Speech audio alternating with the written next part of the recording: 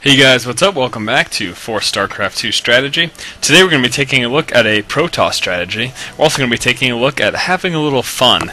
I talked about this in my last video, and it's super important to have some fun. I mean, we're playing video games here. Why should we not have fun while we're doing so? In fact, if video games make you angry, I suggest you find a new hobby, because that really doesn't make much sense for you to do something constantly that makes you angry. So getting into things here, our Protoss player in this particular strategy replay is Huck, and our Terran opponent is Druby. Going right ahead into Hug Vision here, so having some fun. What is he talking about? Well, aside from the usual, you should play games because you enjoy them, what we're going to be looking at today, as far as the Protoss strategy is concerned, is going for a Mothership rush. That seems a little bit excessive, don't you think? Well, yeah, it's a tad bit excessive, but it's fun. So that's why we're looking at it today. Now, I by no means suggest in any way that this should be a staple of your core play. I never suggest going for Mothership rushes every game, but you know what? If you want to give it a shot sometime, go ahead, because we're going to be working on somewhat of a sizable force early on to try to defend against any pressure. Now, you're obviously going to be behind. There is no way for you to not be behind your opponent if they do go for an early push.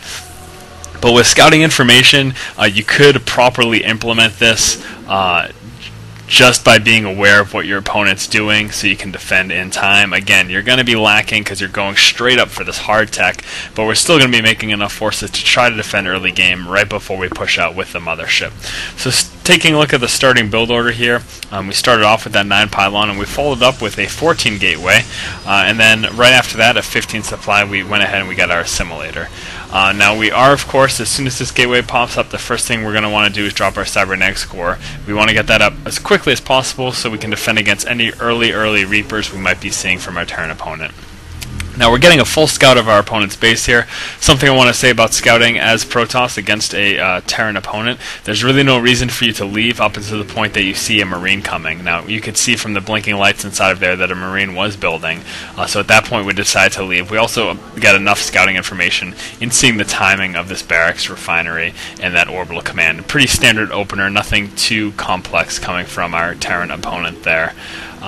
Just going to be moving around looking for any possible proxy barracks or anything like that, just in case. Never hurts to check. So of course the cybernetics core is coming down. We went ahead and dropped that at 19 supply as soon as that gateway finished building. Then 19 supply, we also got that second assimilator. Now going for this Mothership rush, obviously very gas intensive. Taking a look here, a Mothership is 400 Vespian gas as well as 400 minerals. That is a lot of gas, especially relatively early in the game.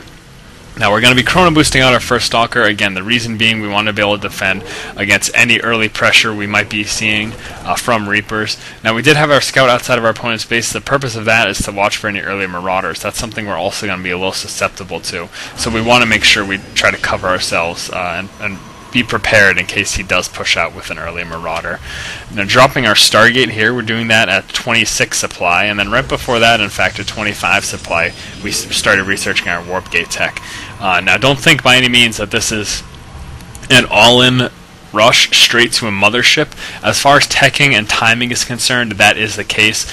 We are immediately going from one tech building to the next up until the point that we're able to get a Mothership, but we're still preparing for an actual game in the sense that we're getting Warp Gate research, we're producing units as some early defense, and also we're going to need an army. We're not just pushing out with a Mothership. We want to push out with something substantial. We're going to push out with some basic ground army for Protoss players, the Zealot, the Stalker, and the Sentry. It's just a generic mix there. We're going to be using that in conjunction with our Mothership when we do push out.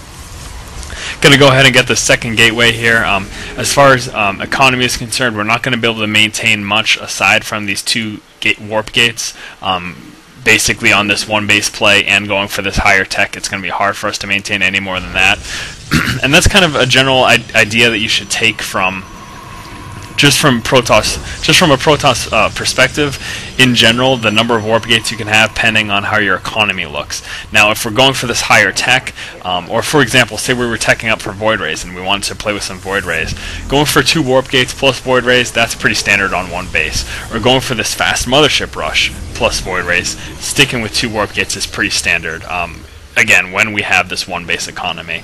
Now, if we weren't going for this high tech and we were just sticking to one base, we could go for a 4 warp gate build, and that's kind of what you can expect to be able to maintain on one base.